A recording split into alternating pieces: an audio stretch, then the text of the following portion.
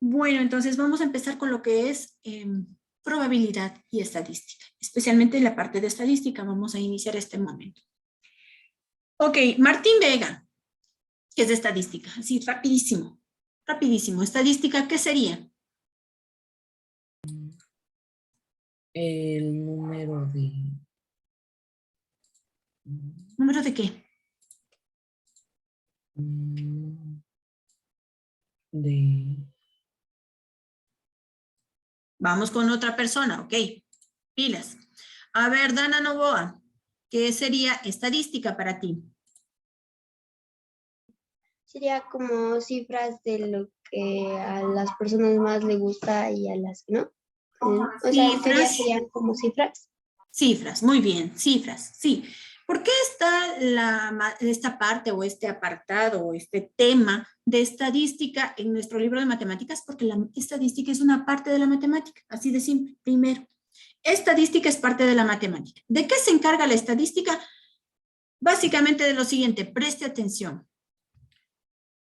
Se encarga de la recolección de información, el procesamiento de la información y la emisión de resultados. ¿De acuerdo? Recolectar información, procesar información y emitir resultados. Muy bien, cuando estamos en el proceso de recolectar la información, en la estadística, ¿se acuerdan ustedes cuáles eran las formas de recolectar la información? ¿De qué manera se podía recolectar la información? Haciendo una encuesta. Perfecto, haciendo una encuesta, muy bien. Entonces yo digo este momento, a ver, jóvenes, los alumnos del noveno año de básica del Colegio Nuestra Señora del Cisne son 37 personas. Tenemos 37 alumnos del noveno de básica del colegio. Vamos a realizar una encuesta a 5 personas, ¿ya? 5 personas. Y me va a ayudar escogiendo a las 5 personas. ¿Quién me va a ayudar? Me va a ayudar señorita Padilla. Entonces, le vamos a preguntar a 5 personas sobre el sabor del helado que les gusta. ¿De acuerdo? Entonces, ¿cuáles son nuestras cinco personas a las que le vamos a preguntar, Miss? ¿A quiénes? Rapidísimo, dígame nombres. Lady Villarreal. A ver, Dana Lady, Santos. rapidísimo su respuesta. Lady. Respondiendo. Lady. La respuesta de... A ver, présteme atención. Uy, no estamos aquí. ¿Cuál es el sabor de helado que nos gusta? ¿Ya? Esa es la pregunta. ¿Cuál es el sabor de helado que nos gusta? Entonces, Lady, su respuesta. De chocolate. Chocolate, chocolate. Muy bien, vamos. Otra persona, escoja, rapidísimo. Saúl Vallejo. Saúl, ¿cuál es el sabor de helado que le gusta? Saúl. El de mora. Mora, muy bien, gracias. Otra persona. Van dos personas encuestadas. Otra persona. Elian Ludeña. Elian, ¿cuál es el sabor de helado que le gusta a usted? Galleta. Galleta. Muy bien. Otra persona. Tenemos 3 respuestas, nos faltan 2. Emily Sarmiento. Emily Sarmiento, te escuchamos. El sabor de helado que te gusta. ¿De todos los sabores, profe? No, uno solo, por favor. Es que sí hay uno, pero vainilla. Vainilla, vainilla. Muy bien, vainilla. Y nos falta una última persona. ¿Quién sería? Mary. Mary. León. Mary León. ¿Qué sabor de helado le gusta? El chocolate. También chocolate. Perfecto, ahí está. Miren acá, por favor. Les voy a presentar esta tablita. Esto que nosotros acabamos de realizar es una encuesta. Esta encuesta la hicimos a 5 personas del noveno A. Sabemos que el total de estudiantes del noveno A son 37 personas, pero solamente les preguntamos a 5. Y a partir de esas respuestas vamos a empezar a trabajar, ¿no es cierto? Porque la estadística maneja las cosas así. A partir de una muestra o de un subconjunto del total de datos, empieza a manejar esa información y se pueden dar resultados, ¿no? Y estos resultados pueden definir gustos o situaciones con respecto a todos los estudiantes a los 37. Por lo tanto, empecemos con lo siguiente. Población y muestra son dos términos muy importantes. La población es el total de elementos de un estudio, total de elementos. Entonces, si yo digo, vamos a realizar un estudio sobre el gusto, sobre el sabor del helado que les gusta a los chicos del 9º A. ¿Cuál sería la población, Micaela Zuleta? Estudiantes. Disculpa, no te escucho. Los estudiantes. Los estudiantes, ¿cuántos estudiantes son del 9º A? 37. Muy bien, entonces mi población es de 37 personas. ¿Pregunté a las 37 personas? No, tomé una muestra. La muestra es un subconjunto. ¿Nuestro subconjunto de cuántas personas es, Emilia? Tomamos una muestra de... Emilia Sánchez. 37 personas. No, 37, no, porque este momentito yo no me puse a preguntarle a las 37 personas. Yo solo pregunté a un número reducido que sería 5. la muestra. 5 personas, correcto, 5 personas. Entonces, la población es 37 y la muestra es 5. Eso es todo. La población, el total de elementos, o total de personas, objetos, elementos de quienes se va a realizar un estudio. Y la muestra a quienes preguntamos o de quienes tomamos información. Muy bien. Acá están entonces nuestras famosas respuestas, ¿no? Entonces tenemos chocolate, mora, galleta, vainilla y chocolate. Pregunto, ¿estas respuestas pueden tener otro nombre? ¿Se le puede llamar de otra forma a estas respuestas? ¿Podríamos cambiar los nombres de los helados o poner nuevos helados? No.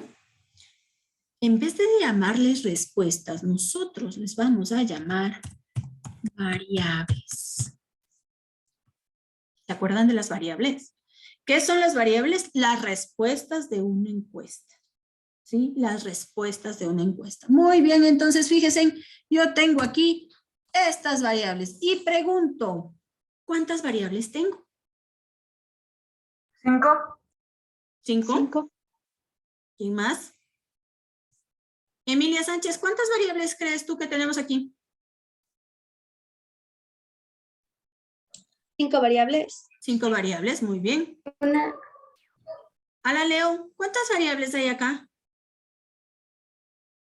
¿También 5? 6 o 5. Pero yo lo descontaría con el título, ¿no? Yo sugeriría y yo diría que jamás van a haber más variables que el tamaño de la muestra. Si la muestra es 5, a 5 personas pregunté, yo puedo tener máximo 5 tipos de respuestas, es decir, 5 variables. ¿De acuerdo? Veamos si es cierto. Ok. Tenemos primera variable, chocolate. Segunda variable, mora. Tercera variable, galleta. Cuarta variable, vainilla. Chocolate, ¿se repite o no se repite? ¿Sí o no? Miren ahí. Sí, se repite. Se repite. Por lo tanto, chocolate ya no es otra variable. Es la misma de acá arriba. Entonces yo digo 1, 2, 3, 4. ¿Cuántas variables tuve al final de mi encuesta? 4 variables. ¿Por qué 4 en vez de 5 si hicimos preguntas a 5 personas y las 5 respondieron? Porque resulta que 2 personas dieron la misma respuesta y una variable es una respuesta o un tipo de respuesta. Dice, ¿Sí? digamos, y si todas las personas dieran la misma respuesta. Pues entonces si todos dieran la misma respuesta, si a las 5 personas que yo pregunté les gusta el chocolate, ¿cuántas variables voy a tener? 1. 5. Una Una. sola variable. Ahora, ¿cuál es la diferencia? A más de las variables pueden tener algo que se llama F sub i, que es la frecuencia absoluta. ¿Qué es la frecuencia absoluta? Frecuencia, escúchenme, en física, en matemáticas, siempre que escuchen la palabra frecuencia, usted tiene que saber que frecuencia es el número de veces que se repite algo en un tiempo determinado. Por ejemplo, ¿con qué frecuencia? Pilas, ¿no? ¿Con qué frecuencia la Tierra da la vuelta al Sol en un año? ¿Con qué frecuencia? ¿Todos La los vida años? reales. En un año. ¿Con qué frecuencia? ¿Cuál es la frecuencia de 365 vueltas del Sol en alrededor de la, de la Tierra alrededor del Sol? días. 365 días. La frecuencia sería una sola vez. Porque en un año la Tierra completa una sola vuelta. Eso es una frecuencia. Pregunto, ¿con qué frecuencia? A ver, pongamos un ejemplo más fácil. Ok, ¿con qué frecuencia nos cepillamos los dientes diariamente? Todos los días. 3 veces al día. Al día. Pay attention, please. Ok, presten atención. En un día, escúchame bien, Francis. En un día, ¿cuántas veces se cepilla usted los dientes? 3 Habrán veces. personas 2, habrán personas que 3, etcétera, ¿no? Esa es la frecuencia, el número de veces que se repite una acción, una actividad. ¿Me entiende? ¿Sí? ¿Ya? Entonces, eso es la frecuencia. Ok, en estas variables, chocolate, ¿cuántas veces se repite? ¿Cuántas respuestas de chocolate tenemos? ¿Cuántas? Correcto, 2 veces. Por lo tanto, la frecuencia de chocolate es 2. Mora, ¿cuántas veces se repite? Una. Una. Galleta, ¿cuántas veces se repite? 1. ¿Y vainilla? Y 1. 1. ¿Y por qué no le descalificamos al chocolate de abajo? Ya le descalificamos, pues, sino que no le descalificábamos antes porque estábamos viendo y yo les había tan solo resaltado esto. Me van a decir, pero profe, no le borre. ¿No ve que no nos va a dar los 5? Sumemos, chicos, sumemos. Resulta que si yo sumo esto me da 5. Está correcto. Yo pregunté a 5 personas, ¿cierto? Mire. Y 5 respuestas tengo acá. Lo único que ha cambiado es que yo ya generé una tabla de frecuencias simple. Mira lo que estoy haciendo. ¿Ya? Muy bien. Hasta ahí. ¿Alguna pregunta? ¿Ya todos nos acordamos más o menos de esto? ¿Sí? Recuérdense que también nosotros aprendimos algo importante, que eran las medidas de tendencia central. Las medidas de tendencia central son elementos o son medidas que nos muestran o que nos dicen qué tan cerca están los datos hacia el valor medio. 3 son las medidas de tendencia central. Media aritmética, moda y mediana. ¿De acuerdo? ¿Cómo se calculaban esos valores cuando teníamos 5 variables? Muy fácil, ¿no? Muy fácil. Pero ahora vamos a empezar a trabajar con datos agrupados. ¿Qué son los datos agrupados? Vamos a manejar unas tablas de frecuencia por agrupación. ¿De acuerdo? Entonces quisiera por favor que todos ustedes en su página número 30 veamos lo siguiente. Ok, yo les comparto este momento para ir trabajando todos. Y miren, por favor, resaltador a la mano rapidísimo. Tenemos aquí tabla de frecuencia con datos agrupados. Nos da un ejemplo y nos dice que el grupo de datos mostrados a continuación corresponde a los kilovatios hora de consumo eléctrico de los habitantes de un conjunto habitacional. Entonces, ¿cuántas personas viven en este conjunto habitacional? ¿O cuántas personas revisamos su consumo de la planilla de luz? 2, 4, 6, 8, 10, 12, 14, 16, 18 y 20. A 20 personas de ese conjunto hemos revisado cuántos kilovatios han consumido de energía. ¿De acuerdo? ¿Qué más nos dice? ¿Cómo podemos organizar los datos? ¿Sí? ¿Cómo podemos organizar los datos? Y quiero que se fijen en lo siguiente. Aquí, en esta tabla de datos. ¿Ya?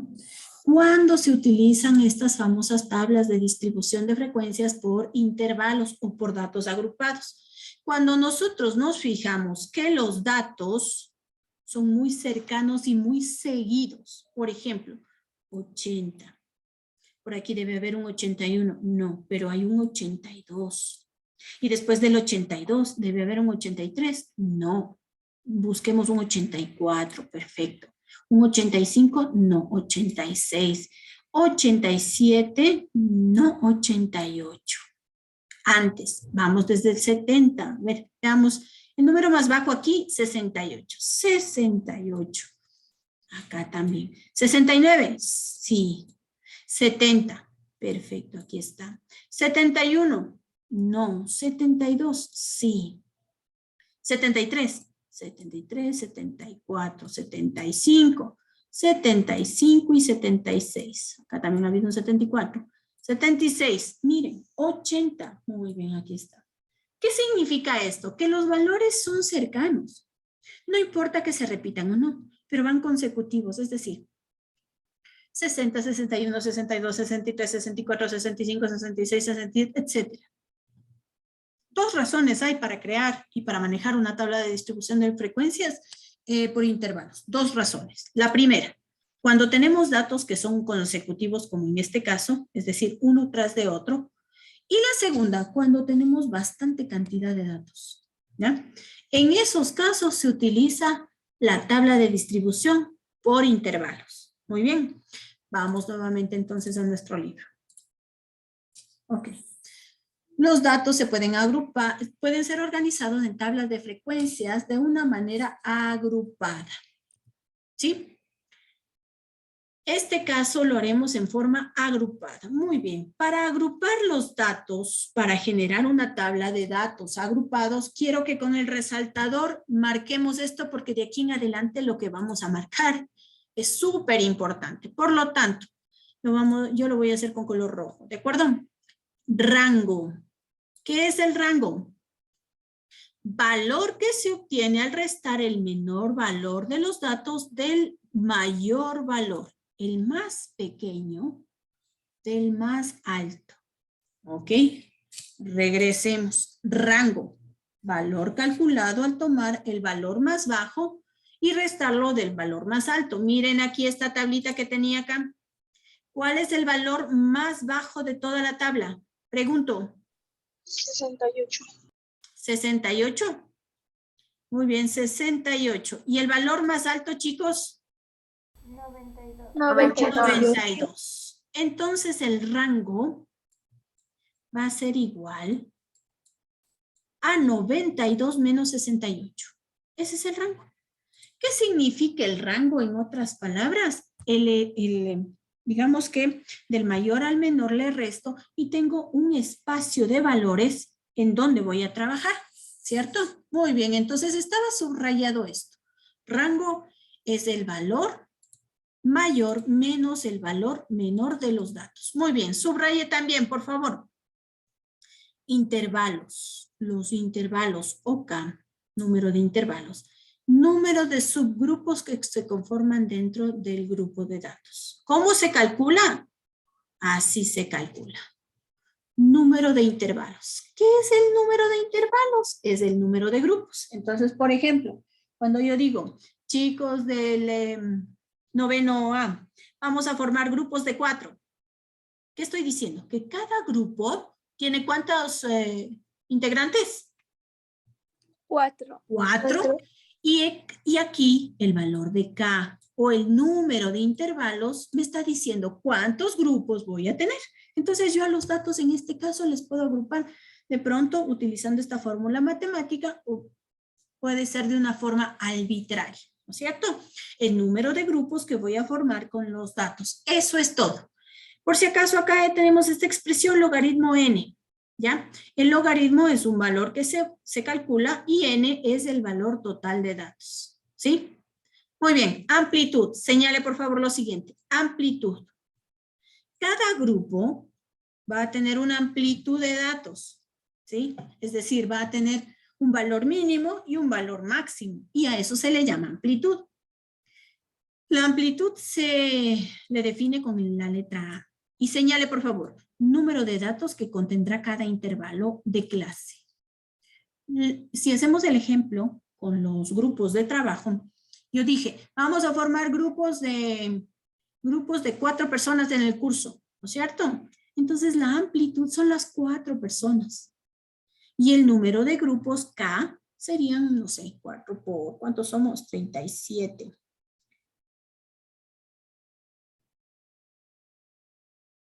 4 por 9, 36. 9 punto algo grupos, ¿no es cierto? O serían 9 grupos de 4, 8 grupos de 4 y un grupo de 5 personas. ¿Ya? Muy bien. Y la marca de clase. Subraye, por favor, marca de clase. Es el valor medio de cada intervalo. Ya les vamos a ver gráficamente a estos. Aquí nos plantean un ejercicio. Nada más.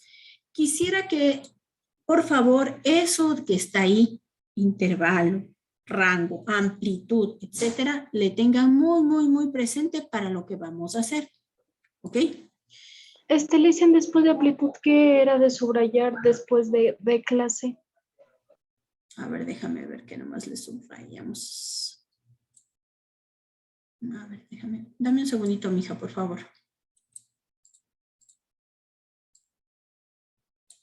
A ver, ¿dónde estaba? ¿En dónde me dijiste en amplitud? Es el número de datos que Amplitud, contendrá pero después de clase. de clase, nada más, nada más, nada más. La parte de abajo es cómo se calcula. Se calcula dividiendo el rango para el número de intervalos. Eso ya lo vamos a ver en el ejercicio, ¿de acuerdo? Ya lo vamos a ver. Quiero que se fijen en la siguiente página. Página 30 y ¿cuánto?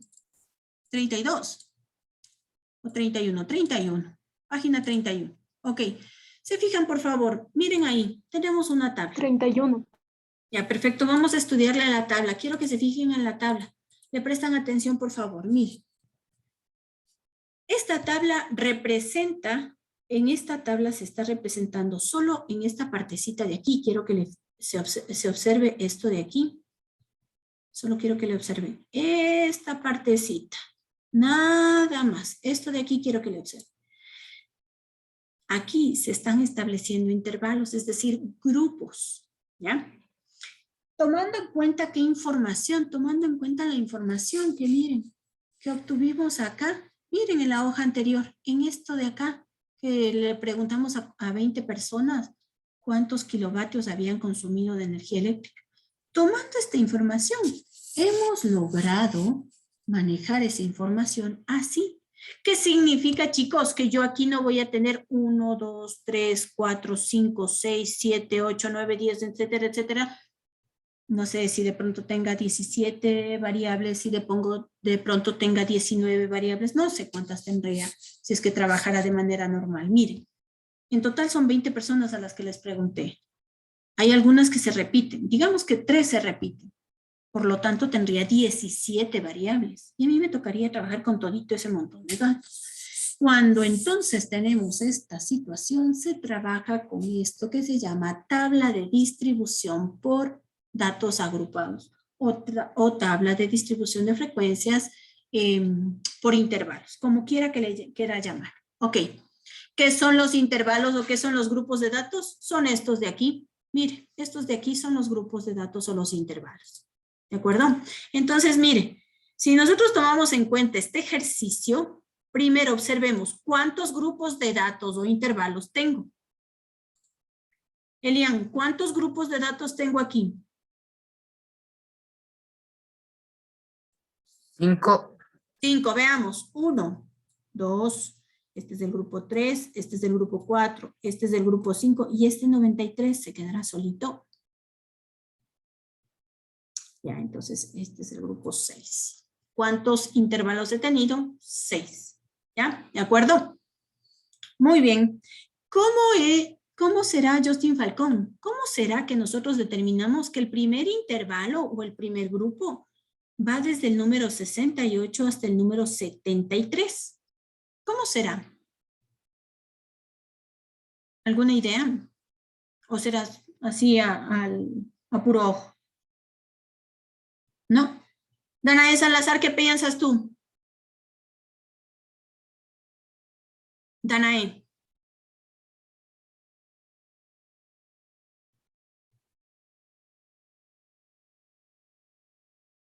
¿Sí me estás escuchando, Danae?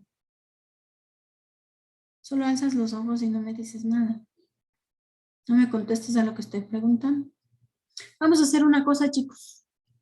A partir de la siguiente clase, yo pregunto. Quien no me contesta, no hay problema. Voy calificando actuación. ¿De acuerdo?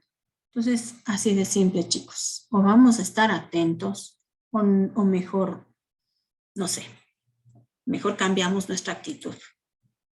Estos valores de aquí, de los intervalos, no se los ponen al azar ni a la adivinanza. Estos valores se calculan y se logran colocar. ¿Cómo? Se calcula entonces ahora sí aquí. Vamos a calcular estos 3 elementos. ¿Qué cosas vamos a calcular? Rango, número de intervalos amplitud y marca de clase. Entonces, acuérdese, rango, ¿con qué le vamos a nombrar? Con R. Número de intervalos, K. N, número de datos, A, amplitud y marca de clase, que ya vamos a ver cuál es la famosa marca de clase. Tomando en cuenta entonces el ejercicio, fíjese en lo único que está haciendo acá. Nos dice, procedemos ahora a calcular los valores mencionados al armar la tabla.